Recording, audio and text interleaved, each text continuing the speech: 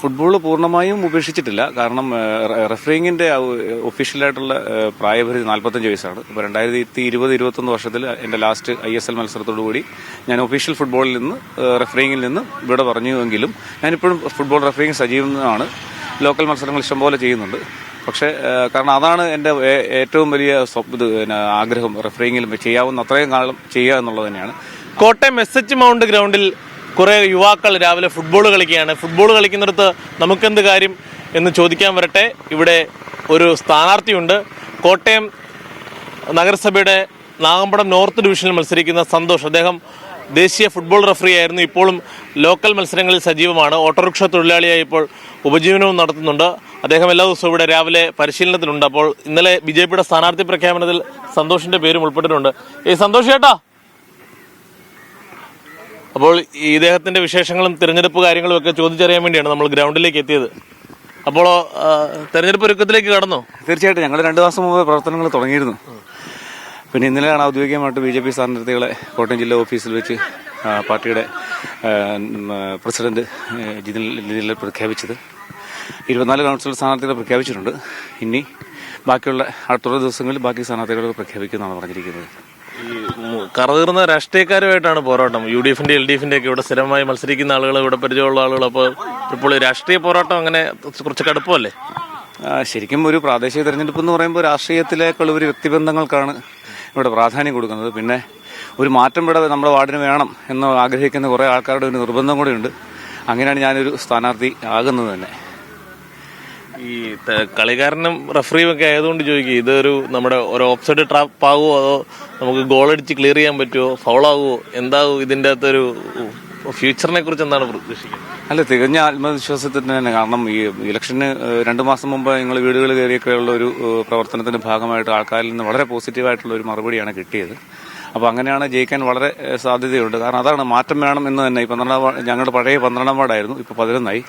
വാർഡിന്റെ വളരെ ശോചനീയമായ ഒരു അവസ്ഥയായിരുന്നു. അപ്പോൾ അതിന് മാറ്റം ഉണ്ടാകാൻ അത് തന്നെ ഒരു പുതിയ ഒരാൾ വരണം എന്ന് ഇവിടുത്തെ ജനങ്ങൾ ആഗ്രഹിക്കുന്നുണ്ട്. അതുകൊണ്ടാണ് ഇങ്ങനെ ഒരു ഇലക്ഷനിലേക്ക് മത്സരിക്കാൻ തീരുമാനിച്ചത്. ISLും അതോടൊപ്പം ദേശീയ മത്സരങ്ങളൊക്കെ നിയന്ത്രിച്ചിട്ടുണ്ട്. നമ്മൾ നേരത്തെ സുനിൽ ഛേത്രിയുടെ ബർത്ത്ഡേയുമായി ബന്ധപ്പെട്ട് ഇതുപോലെ ഇന്റർവ്യൂ എടുക്കാൻ വന്നിട്ടുണ്ട്. അപ്പോൾ ISLൊക്കെ ഒരു അനിശ്ചിതത്വത്തിലാണ്. ഫുട്ബോൾ താരങ്ങളൊക്കെ വളരെ ആശങ്ക രേഖപ്പെടുത്തുന്ന ഒരു സമയത്താണ്. അപ്പോൾ ഈ ഫുട്ബോൾ പൂർണ്ണമായും ഉപേക്ഷിച്ച് രാഷ്ട്രീയത്തിലേക്ക് ഇറങ്ങുകയാണോ, എന്താണ് ഇനിയുള്ള, അതോ രണ്ടും കൂടി ഒരുമിച്ച് കൊണ്ടുപോകുമോ?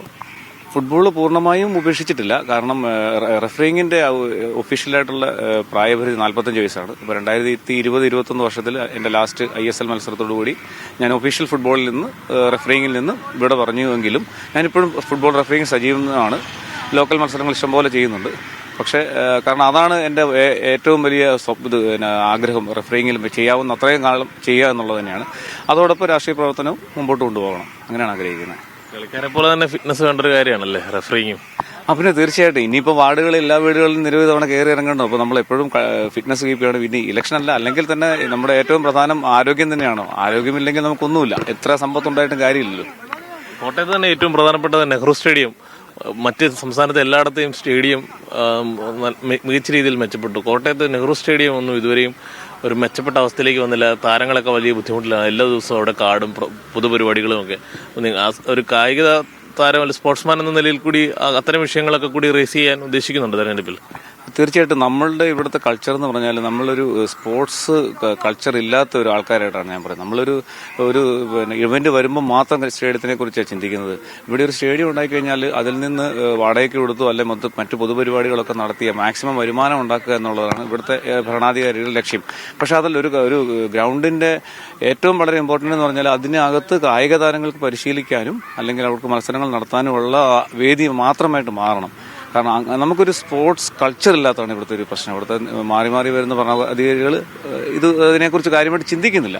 പക്ഷേ എന്നാൽ കേരളത്തിന് വെളിയിൽ പോയി ഇഷ്ടംപോലെ നല്ല ഇന്റർനാഷണൽ സ്റ്റാൻഡേർഡുള്ള നിരവധി സ്റ്റേഡിയങ്ങളുണ്ട്. നമുക്ക് കേരളത്തിൽ തന്നെ ഒരു സ്റ്റേഡിയം പോലും ഇല്ലെന്ന് തന്നെ പറയാം. അപ്പോൾ മികച്ച ആത്മവിശ്വാസത്തിലാണ്, സ്പോർട്സ്മാൻ സ്പിരിറ്റിൽ തന്നെയാണ് കാര്യങ്ങളെ സന്തോഷം കാണുന്നത്. എന്തായാലും അദ്ദേഹത്തിനും നല്ലൊരു തെരഞ്ഞെടുപ്പും മത്സരവും വിജയവും ഉണ്ടാകാൻ കഴിയട്ടെ എന്ന് നമുക്ക് ആശംസിക്കാം. കോട്ടയത്ത് നിന്നും ജോസി ബാബു, മീഡിയ 1.